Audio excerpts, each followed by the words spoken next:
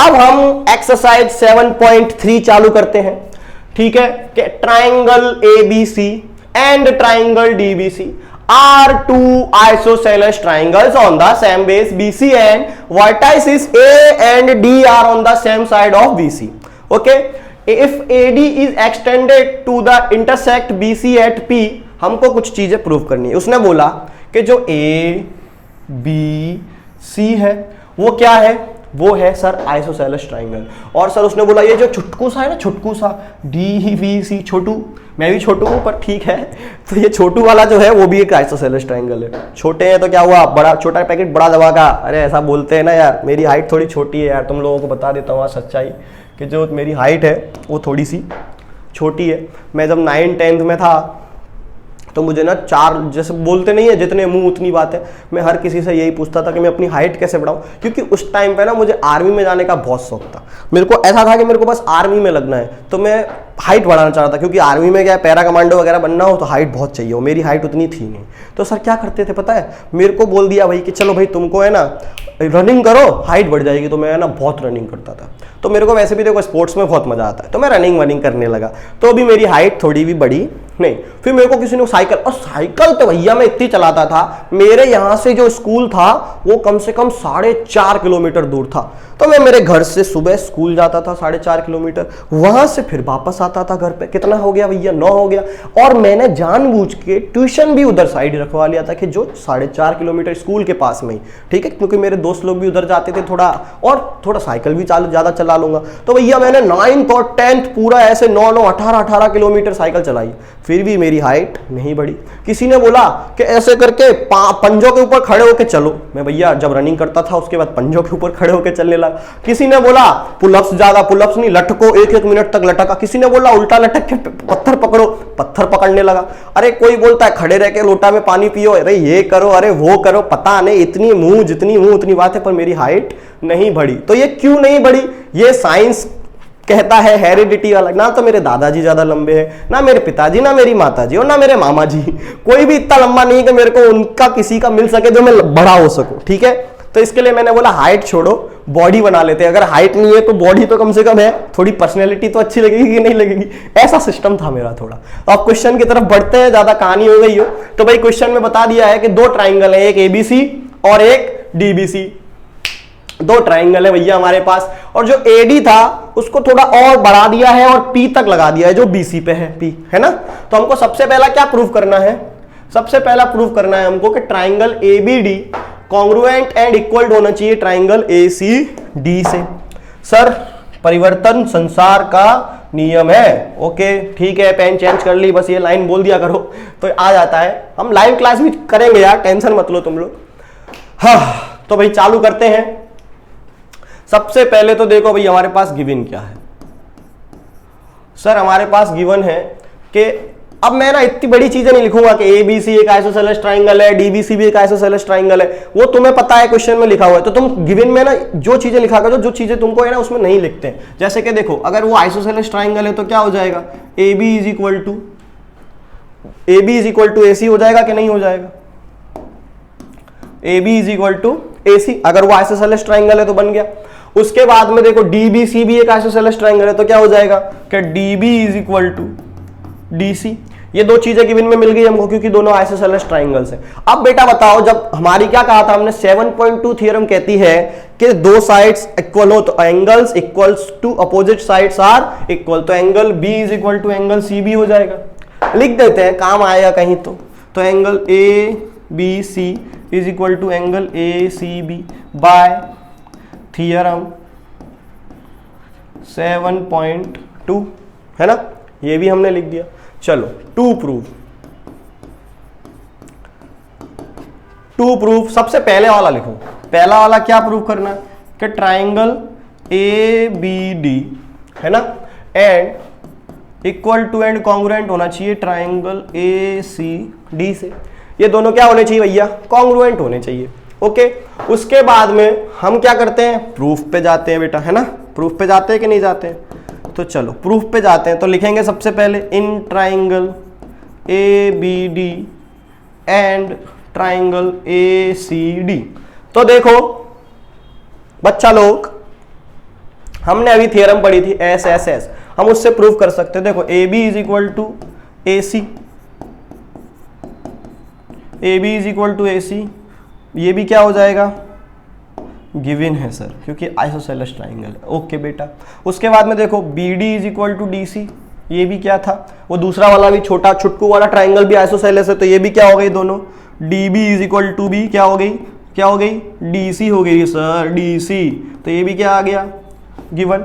अब बेटा तीसरा क्या चाहिए तुमको, तो देखो इसमें भी ए डी है, इसमें भी ए डी है, तो A D is equal to A D, ये क्या लिख दोगे, कॉमन लिख दोगे, क्या लिख दोगे, कॉमन। अगर जब तुमने इसको कॉमन लिख दिया, जुगाड़ बना लेते हैं, हमारे पास पेज की कमी होती है, कोई बात नहीं, पेज बढ़ा सकते हैं, ऐसा नहीं है, पर वो काला नहीं रहेगा, फिर व्हाइट हो जाएगा, इसके लिए। ओके, तो कॉमन हो गया। उसके बाद हम क्या लिखेंगे, बाय एस एस एस, ठीक है। So triangle A B D equal to and congruent triangle A C D, है ना। एस एस एस से प्रूव हो चुका है, देख लो, A B is equal to A C, D B is equal to D C and A D is equal to A D. Simple है, बहुत सिंपल है भैया, क्योंकि सर आपने थ्योरम बहुत अच्छे से समझा दी थी, इसके लिए हमको ये बिल्कुल भी दिक्कत नहीं आ रही है। अब तुम्हें ये दिक्कत नहीं आ रही तो मैं एक चीज और करता हूं, ठीक है, कि triangle B A D equal to and triangle C A D by C P C T, बस लिख लो, ये अभी आगे काम आएगा, ये जो और भी चीजें हमें प्रूफ करनी है इसके लिए, ठीक है। चलो दूसरा ले लो, है ना भाई, देख लो जो ये वाला एंगल है, ए वाला और ये वाला एंगल, इसको मैंने सीपीसीटी से क्या बता दिया है, इक्वल बता दिया। अब चाहे ट्राइंगल ये वाला हो तो भी वो एंगल आने वाला है, चाहे ट्राइंगल बड़ा वाला हो तो भी वही एंगल आने वाला है, चाहे ट्राइंगल ए बी पी हो और ए सी पी हो तो भी वो एंगल, तो दोनों कॉन्ग्रुएंट बता ही चुका हूं मैं सीपीसीटी से, तो वो तो उसके अंदर आएगा कि नहीं आएगा, है ना, समझ में आ रही है बात। तो देखो सेकंड वाला हमको ट्राइंगल प्रूव करना है कि triangle A B P congruent to triangle A C P होना चाहिए। सर परिवर्तन संसार का नियम है भैया, परिवर्तन ही कर रहे हैं जब से, ठीक है। तो अब हमने ले लिया A B P and A C P, हमें प्रूफ करना है ना बेटा। तो देखो A B is equal to A C, A B is equal to A C क्या है सर, गिवन है ना बेटा, गिवन है ना। उसके बाद में सर देखो A P is equal to A P, उसके पहले मैंने जब ऊपर ट्राइंगल कॉन्ग्रुएंट बताया हुआ है तो उस एंगल को भी तो ले सकता हूं कि angle B A P is equal to angle C A P. ये क्या किया हमने, प्रूव्ड अबव, ऊपर क्या कर दिया था, इसको प्रूव्ड कर दिया था, है ना। तो बेटा अब मैं वही चीज सिखाने जा रहा हूं, मैं सब मिटा देता हूं, फिर से फिगर के ऊपर ध्यान देना जरा। ओके, तो देखो जो ये वाला एंगल ए है और ये वाला एंगल है, तो मैंने पहले कौन से ट्राइंगल लिए थे, ए बी डी और ए सी डी, तब भी वो एंगल आ रहा था कि नहीं आ रहा था, है ना। यहां पे गौर करिएगा कि एंगल ए बी डी, उसमें भी ये एंगल आ रहा है, एंगल ए डी सी, उसमें भी एंगल ये आ रहा है। अगर मैं अब इसको मिटा के देखो, अगर मैं अब ये वाला लेता हूं ए बी पी और ए सी पी, फिर भी ये दोनों एंगल तो आ ही रहे। इसके लिए ही मैंने सीपीसीटी से ये दोनों एंगल को क्या बताया था, कॉन्ग्रू इक्वल बता दिया था, क्योंकि मुझे ये आगे वाले ट्राइंगल में काम आने वाले हैं। समझ में आई बात, ठीक है। अब तो A B is equal to A C मिल गया, एंगल मिल गया, और देखो भैया A P is equal to A P common, तो ये क्या हो गया, by S A S triangle A B P equal and congruent to triangle A C P, है ना। अब मैं इसमें कुछ चीज और ऐड करना चाहूंगा सीपीसीटी से, कि जो BP is equal to CP by CP CT, देख लो जो ये बीपी है वो सीपी से क्या बता दी मैंने, इक्वल बता दी, बस इसको भी लिख लो, सीपीसीटी बता दिया है मैंने, है ना। अभी ये भी कहीं ना कहीं काम आएगा आगे, क्योंकि हमको 4 प्रूफ करने हैं, 2 तो हमने कर दिए, अभी 2 और बाकी हैं बेटा। चलो भाई, जगह नहीं बच रही है सर, कोई बात नहीं, जगह ही जगह है हमारे पास। अब थोड़ा वाइट दिख रहा होगा, शक्ल थोड़ी सी अलग आ रही होगी, पर कोई दिक्कत नहीं। पर सर पहले क्वेश्चन तो देख लो। हाँ, ये बहुत बड़ी भैया बात कही है कि AP bisect angle A and angle D. जो AP है वो एंगल A और एंगल D को बाइसेक्ट करना चाहिए। तो देखो मैंने ये वाला एंगल अभी प्रूव किया था और इसको मैंने इसमें ऐसे लिख दिया, यानी कि जब ये प्रूव हो चुका है तो वो angle A equal to angle A तो है ही, है ना, तो उसको लिख सकते हो तुम CPCT से, क्या नहीं लिख सकते हो? तो देखो क्या लिखोगे भैया, थर्ड वाला है, हमें प्रूव करना है कि AP bisect angle A and angle D, दोनों को क्या कर रही है, बाइसेक्ट कर रही है। ओके, क्या कर रही है, दोनों को बाइसेक्ट कर रही है भैया, है ना। तो देखो अब तुम्हें पता है कि मैं पहले ही दे चुका हूं कि angle BAP is equal to angle CAP, क्या लिखा था, प्रूव्ड अबव, ये तो मैं पहले ही बता चुका था ना, है ना, बता चुका था। सो AP बाइसेक्ट एंगल A, अब हमें एंगल D भी बाइसेक्ट करना है। तो देखो बेटा फिर से क्वेश्चन की तरफ अगर चलते हैं तो ये एंगल D है, ठीक है, तो मेरे को पहले ये वाले दो ट्राइंगल लेने पड़ेंगे। चलो मैं फिर से एक बार मिटा देता हूं सब कुछ और फिर तुम्हें बताता हूं, फिगर की तरफ गौर करना। ओके, देखो ये वाला ट्राइंगल है और ये वाला ट्राइंगल है। मैं तुमको सिखाता हूं कि जब भी हमें कोई चीज प्रूफ करनी है उसके लिए हमारे पास दो ऐसे ट्राइंगल्स होने चाहिए जो दोनों अलग अलग ट्राइंगल में आते हो, ताकि मैं उनको प्रूफ कॉन्ग्रुएंस प्रूफ करके उन दोनों को CPCT से क्या बता सकूं, इक्वल बता सकूं। ठीक है, तो देखो एंगल D इधर भी आ रहा है, एंगल D इधर भी आ रहा है ना, फिगर पे देख रहे हो, तो एंगल D आ रहा है कि नहीं आ रहा है। तो बस ये दोनों ट्राइंगल को अगर मैंने कॉन्ग्रुएंट प्रूफ कर दिया तो ये ट्राइंगल्स को मैं, ये दोनों एंगल्स को क्या बता सकता हूं, CPCT से इक्वल बता सकता हूं। तो मैं चलो BPD और CPD बना लेता हूं। ठीक है, तो देखो बना लिया मैंने, ये है D, ये है B, ये है P और ये है C। तुमको पता है कि DBC एक आइसोसेलेस ट्राइंगल था, तो DB is equal to DC। उसके बाद में मैं इन दोनों को CPCT से प्रूफ बता चुका हूं। उसके बाद DP कॉमन, तो देखो कैसे लिखोगे, तो पहले in triangle BPD and triangle DPC, तुम्हें पता है कि BD इज इक्वल टू क्या है, DC है, ये तो हमारी गिवन थी हमारे पास। उसके बाद में तुम्हें पता है कि PD is equal to PD या DP is equal to DP, क्या आ जाएगी, कॉमन आ जाएगी सर। उसके बाद मैं तुमको अभी आगे बताया था कि BD इज इक्वल टू क्या है, DC है, बाय CPCT। बाय CPCT तो हम उधर लिखे थे, तो लिख दो प्रूव्ड अबव। क्या लिखोगे, प्रूव्ड अबव। ठीक है, क्या लिखोगे, प्रूव्ड अबव। देखो नहीं विश्वास हो रहा है तो ये देखो मैं इसको CPCT से क्या बता चुका हूं, इक्वल बता चुका हूं। देखो मैं तुम्हारे को हाईलाइट करता हूं, ये देखो लुप लुप लुप लुप होगा तो हाईलाइट हो रहा है कि नहीं हो रहा है, कि BP is equal to CP, because of ये दोनों ट्राइंगल क्या थे, कॉन्ग्रुएंट थे। ये दोनों जब ट्राइंगल कॉन्ग्रुएंट थे तो ये दोनों साइड क्या हो जाएंगी, इक्वल हो जाएंगी बाई CPCT। मैं ये पहले ही बता चुका हूं, मैंने क्या बोला था, दो चीजें मैं ऐसे बता दूंगा ताकि आगे वो चीज तुम्हारे काम आएगी, है ना। तो बेटा लिख दिया, तो अब क्या लिखोगे कि by S criteria triangle BPD equal and congruent to triangle CPD बता चुके हो। So angle BDP equal to angle CDP by CPCT। हो गया प्रूफ, क्या बोलते हो, है ना, ये भी हमने बता दिया। सो AP bisect angle D also, है ना। एंगल A तो बहुत सिंपल ही हो गया था, पर एंगल D के लिए हमें दो ट्राइंगल लेने पड़े, BPD और CPD, उनको कॉन्ग्रुएंट किया, क्योंकि जो D है वो यहां पे आ रहा है। अब ये वाले एंगल और ये वाले एंगल दोनों क्या हो जाएंगे, कॉन्ग्रुएंट हो जाएंगे, है बच्चा लोग। चलो ठीक है, मित्रों बोलो, दोस्त बोलो। अभी हमारे पास लास्ट क्वेश्चन बचा हुआ है, क्या है कि AP is the perpendicular bisector of BC।